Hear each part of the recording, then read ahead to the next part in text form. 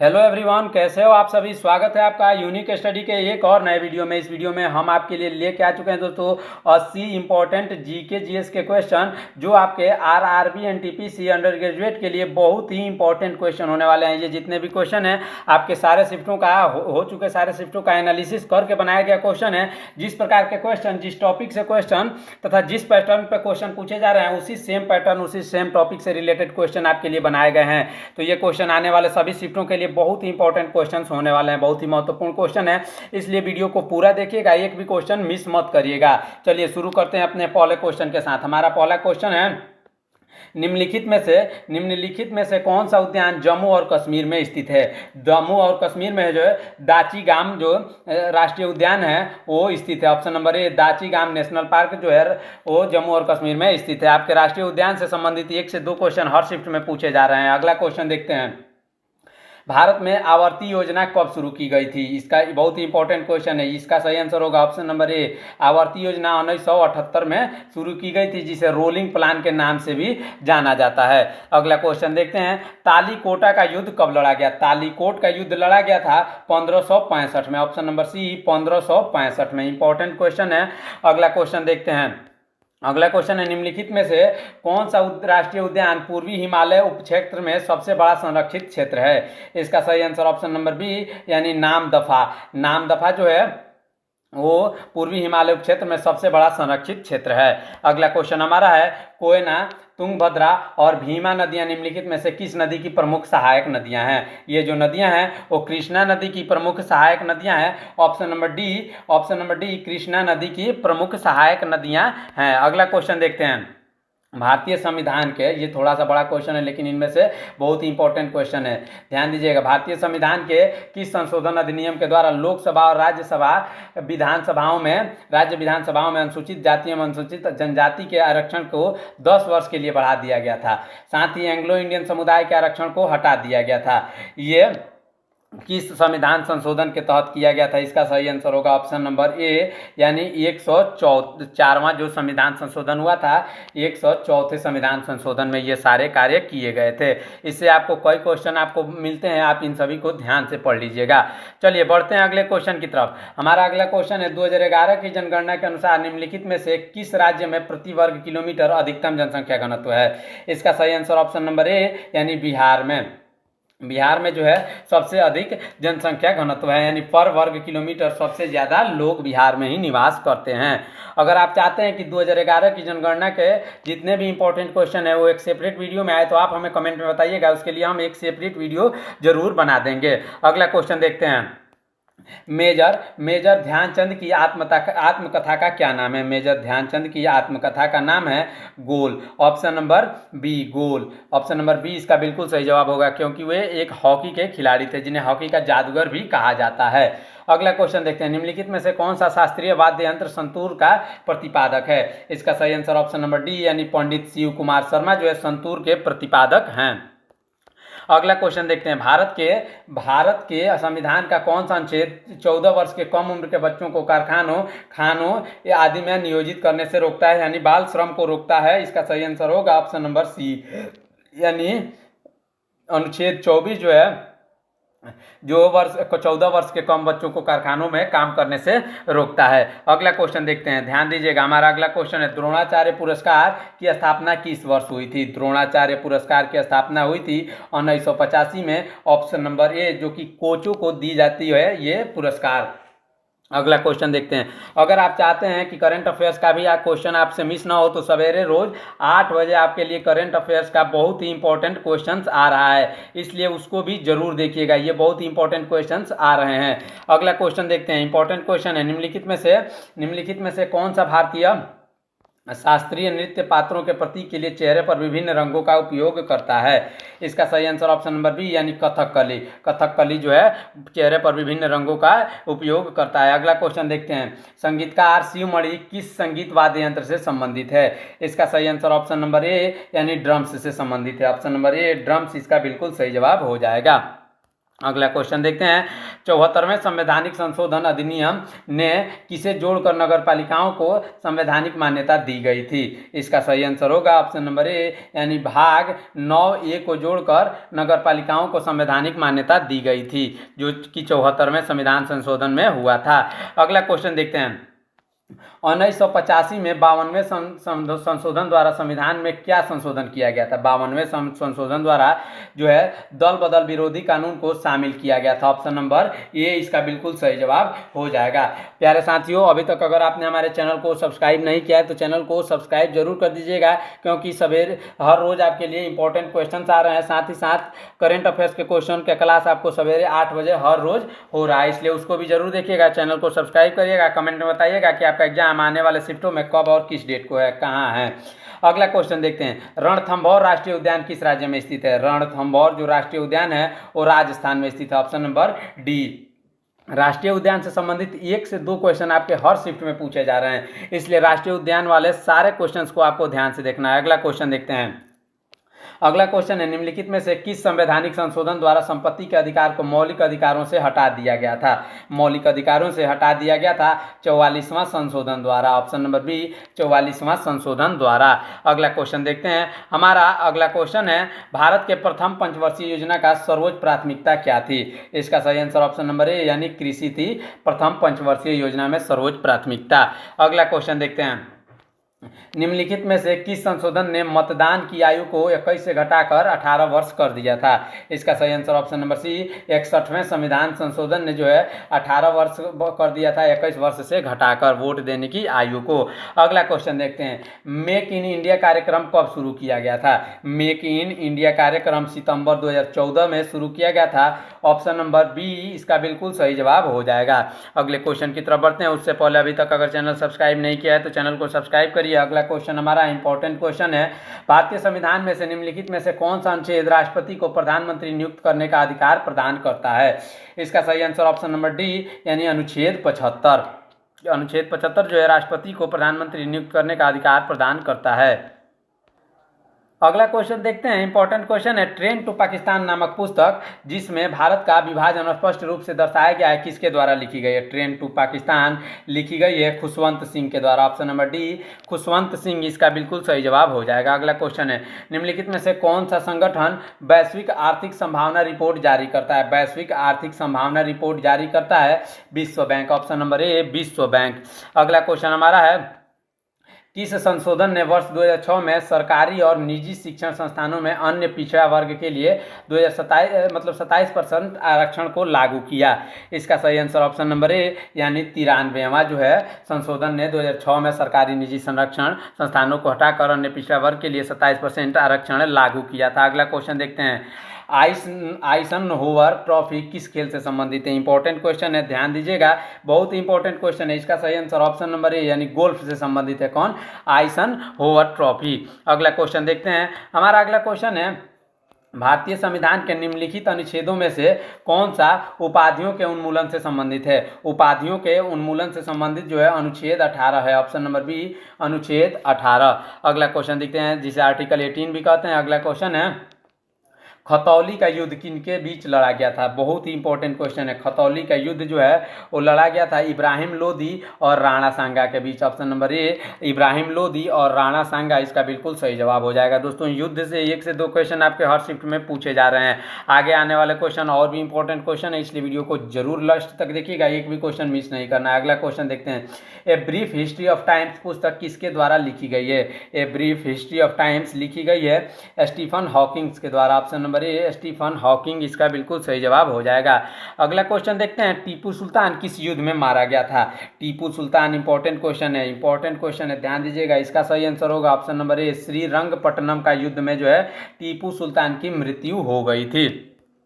अगला क्वेश्चन है, भारत में 9वीं पंचवर्षीय योजना की अवधि क्या थी? भारत में 9वीं पंचवर्षीय योजना की अवधि थी 1997 से 2002। ऑप्शन नंबर बी, 1997 से 2002। अगला क्वेश्चन देखते हैं, ध्यान दीजिएगा। किस युद्ध में भारत में ब्रिटिश औपनिवेशिक शासन की शुरुआत हुई थी? इसका सही आंसर ऑप्शन नंबर सी, यानी प्लासी के युद्ध में जो है ब्रिटिश औपनिवेशिक शासन की शुरुआत हुई थी। अगला क्वेश्चन देखते हैं। कौन सी नदी एकमात्र प्राकृतिक जल स्रोत है जो रेगिस्तान में एक झील के अंदर से निकलती है। इसका सही answer option number D, Luni नदी जो है एक ऐसा प्राकृतिक जल स्रोत है जो रेगिस्तान में एक झील के अंदर से निकलती है। ये बहुत ही इंपॉर्टेंट क्वेश्चन होने वाले हैं। अगला क्वेश्चन है, अंग्रेजों ने वांडीवास की लड़ाई में किसको हराया था? वांडीवास की लड़ाई में अंग्रेजों ने हराया था फ्रेंच को। ऑप्शन नंबर बी, फ्रेंच इसका बिल्कुल सही जवाब हो जाएगा। अगला क्वेश्चन देखते हैं। हमारा अगला क्वेश्चन है, मानव विकास सूचकांक यानी HDI का मान किन के बीच में होता है? इसका सही आंसर ऑप्शन नंबर बी, यानी 0 से 1 के बीच में मानव विकास सूचकांक होता है। अगर आप चाहते हैं कि सूचकांक से संबंधित एक सेपरेट वीडियो बने जिससे बाहर एक भी क्वेश्चन ना जाए, तो आप हमें कमेंट में बताइएगा। सूचकांक से संबंधित एक सेपरेट वीडियो हम आपके लिए लेके आएंगे। अगला क्वेश्चन देखते हैं। भारत के पूर्वोत्तर भागों में भूमि को तैयार करने के लिए प्रचलित कर्तन दहन स्लैश एंड बर्न प्रणाली पद्धति के किसके लिए शब्द का उपयोग किया जाता है? इसका सही आंसर होगा ऑप्शन नंबर ए, यानी झूम के लिए कौन सी पद्धति उपयोग की जाती है? कर्तन दहन प्रणाली। अगला क्वेश्चन देखते हैं। हमारा अगला क्वेश्चन है, भारतीय कृषि में जायद मौसम के बारे में निम्नलिखित में से कौन सा कथन असत्य है? ये क्वेश्चन भारतीय कृषि में जायद मौसम के बारे में निम्नलिखित में से कौन सा कथन सत्य है? इसका सही आंसर होगा ऑप्शन नंबर ए, यानी यह रबी मौसम के बाद आता है। अगला क्वेश्चन देखते हैं। ऐसे क्वेश्चन जितने भी आए आप सबसे पहले उन सभी का जो है ऑप्शंस पढ़ेंगे, उसके बाद ही इसका उत्तर देना होता है। अगला क्वेश्चन देखते हैं। निम्नलिखित में से कौन सी गंगा की सहायक नदी नहीं है? गंगा की सहायक नदी जो है व्यास नदी नहीं है, बाकी गंडक, कोसी तथा यमुना ये तीनों नदियां जो है ये गंगा की सहायक नदियां हैं।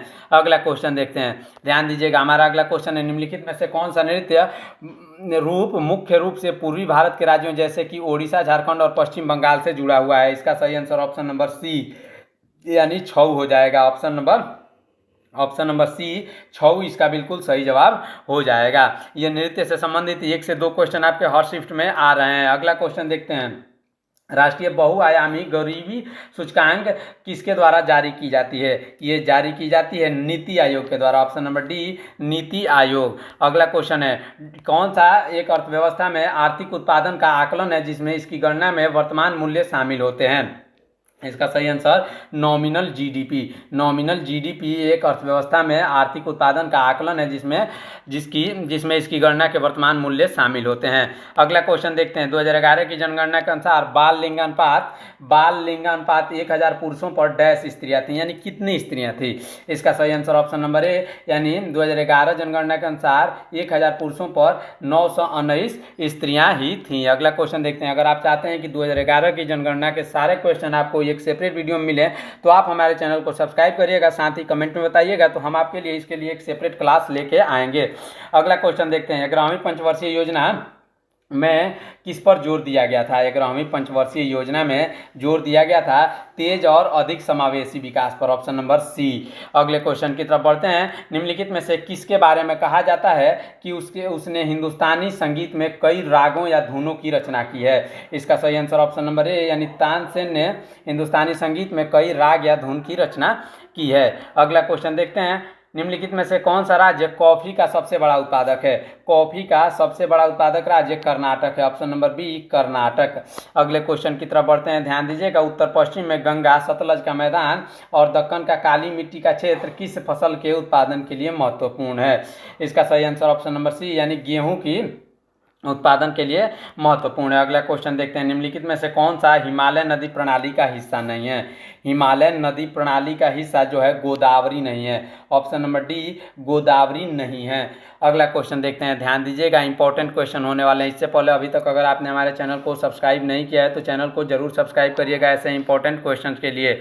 अगला क्वेश्चन देखते हैं। निम्नलिखित में से कौन सा राज्य भारत में गन्ने का सबसे बड़ा उत्पादक है? गन्ने का सबसे बड़ा उत्पादक उत्तर प्रदेश है। ऑप्शन नंबर ए, इसीलिए उसे चीनी का कटोरा भी कहा जाता है। चीनी का कटोरा भी कहा जाता है। अगले क्वेश्चन की तरफ बढ़ते हैं। ध्यान दीजिएगा। हमारा अगला क्वेश्चन है, वर्ष 1991 में शुरू की गई नई आर्थिक नीति की मुख्य विशेषता क्या है? उस समय की नई आर्थिक नीति की मुख्य विशेषता उदारीकरण, निजीकरण तथा वैश्वीकरण, ये तीनों थी। इसलिए इसका आंसर ऑप्शन नंबर डी, उपरोक्त सभी हो जाएगा। अगले क्वेश्चन की तरफ बढ़ते हैं। निम्नलिखित में से कौन सी नदी महाराष्ट्र और गुजरात से होकर बहती है? महाराष्ट्र और गुजरात से होकर बहती है तापी नदी। ऑप्शन नंबर डी तापी नदी इसका बिल्कुल सही जवाब हो जाएगा। अगला क्वेश्चन देखते हैं। निम्नलिखित में से कौन सी पुस्तक भारतीय मुक्केबाज मैरी कॉम की आत्मकथा है? मैरी कॉम की आत्मकथा है अनब्रेकेबल। ऑप्शन नंबर ए अनब्रेकेबल। बढ़ते हैं अगले क्वेश्चन की तरफ, ध्यान दीजिएगा।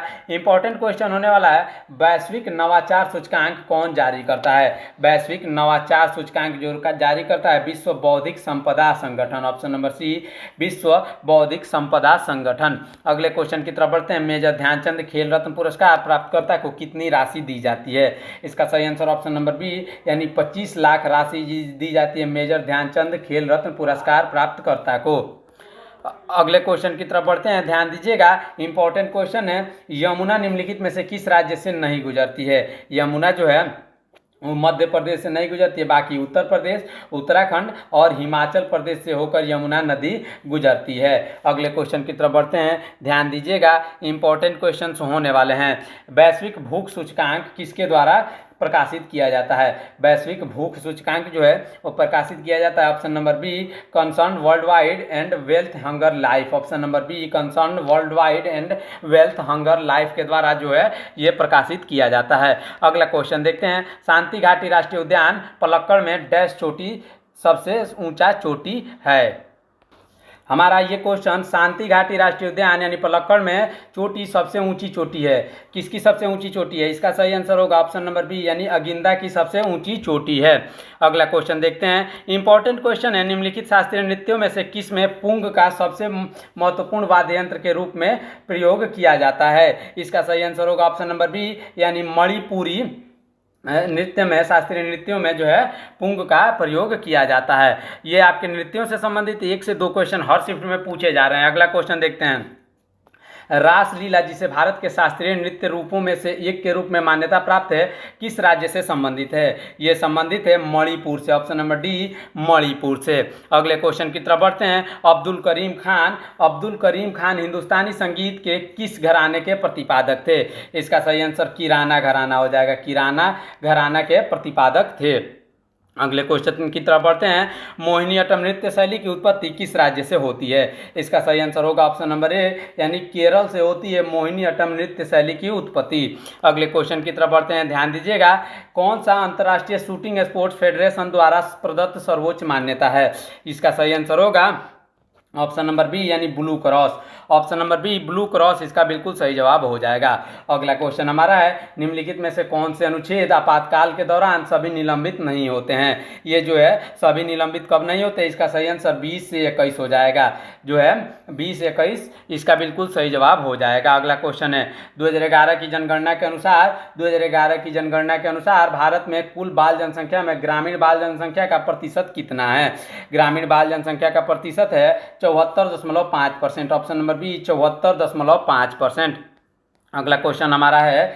टेरेस फार्मिंग के संबंध में निम्नलिखित में से कौन सा कथन गलत है? टेरेस फार्मिंग के संबंध में ये जो क्वेश्चन इसको आप ऑप्शंस को पूरे ध्यान से पढ़िएगा। जैसे कि यह नागालैंड में की जाती है, ये सही है, ये गलत नहीं है। एक पहाड़ी ढलान पर भूमि को समतल भूखंडों में बनाया जाता है और सीढ़ियों को में तराशा जाता है, ये भी इसके बारे में सही है। तथा अगला ऑप्शन देखते हैं।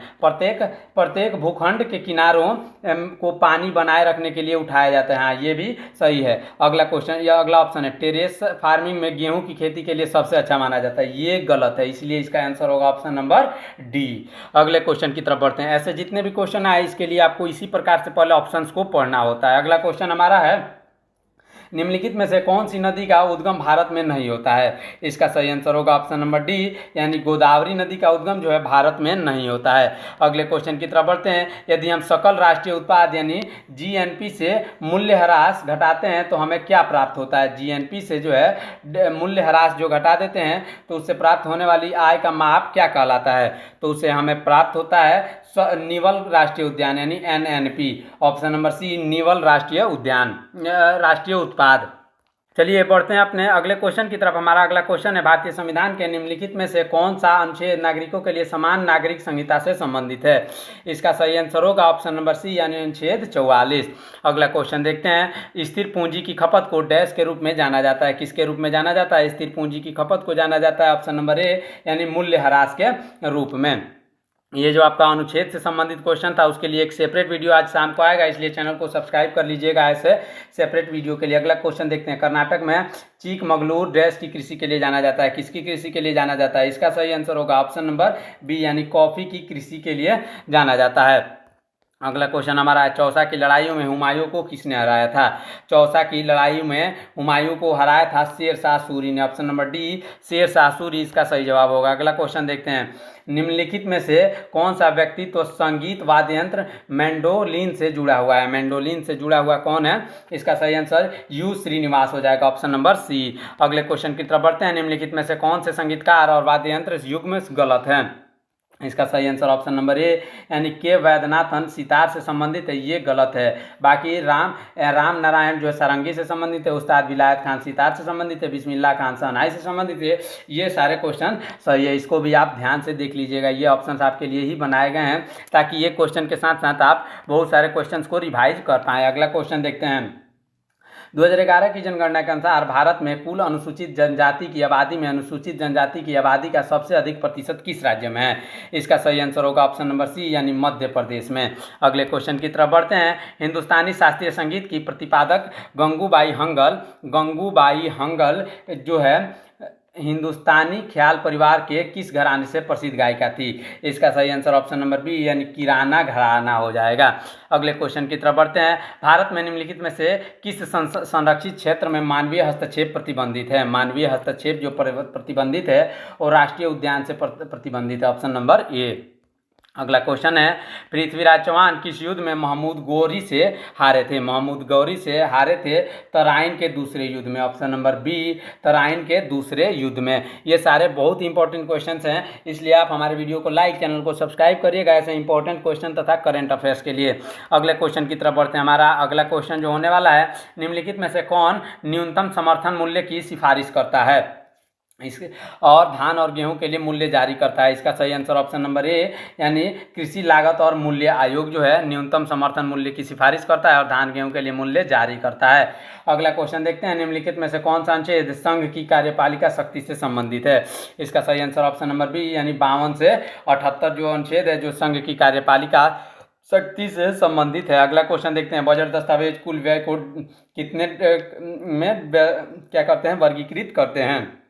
इसका सही आंसर ऑप्शन नंबर डी यानी योजना और गैर योजना व्यय में वर्गीकृत करते हैं। अगला क्वेश्चन हमारा है, नोकरेक राष्ट्रीय उद्यान निम्नलिखित में से किस राज्य में स्थित है? नोकरेक राष्ट्रीय उद्यान जो है स्थित है मेघालय में, ऑप्शन नंबर ए मेघालय में इसका बिल्कुल सही जवाब हो जाएगा। राष्ट्रीय उद्यान से आपके हर शिफ्ट में 1 से 2 क्वेश्चन पूछे जा रहे हैं। अगला क्वेश्चन देखते हैं, निम्नलिखित में से कौन सी नदी पश्चिम की ओर बहने वाली नदियों में से सबसे लंबी नदी है? इसका सही आंसर ऑप्शन नंबर ए यानी नर्मदा नदी जो है पश्चिम की ओर बहने वाली सबसे लंबी नदियों में से सबसे लंबी नदी है। इस प्रकार हमारा 80 जीके जीएस का क्वेश्चन यहीं पे समाप्त होता है। इससे संबंधित और भी इंपॉर्टेंट क्वेश्चंस आने वाले हैं। आपका जो हम टाइमिंग बता देते हैं, सवेरे 6 तथा शाम को 6 बजे आपके लिए जो है ग्रुप डी का एक सेशन आ रहा है, हर रोज़ 2 वीडियो आ रहे हैं। साथ ही साथ सवेरे 8 बजे आपके लिए जो है करंट अफेयर्स का एक सेशन आ रहा है तथा दिन को 9 से 10 बजे के बीच में आपका 2 सेशन आ रहा है जो आपके आरआरबी एनटीपीसी से संबंधित है। इसलिए आप हमारे चैनल को सब्सक्राइब कर दीजिएगा और आपके हर शिफ्ट का एनालिसिस वीडियो भी आएगा, इसलिए आप हमारे चैनल को जरूर से जरूर सब्सक्राइब कर रखिएगा। मिलते हैं नेक्स्ट वीडियो में, तब तक के लिए रखिए अपना ख्याल। धन्यवाद। जय हिंद।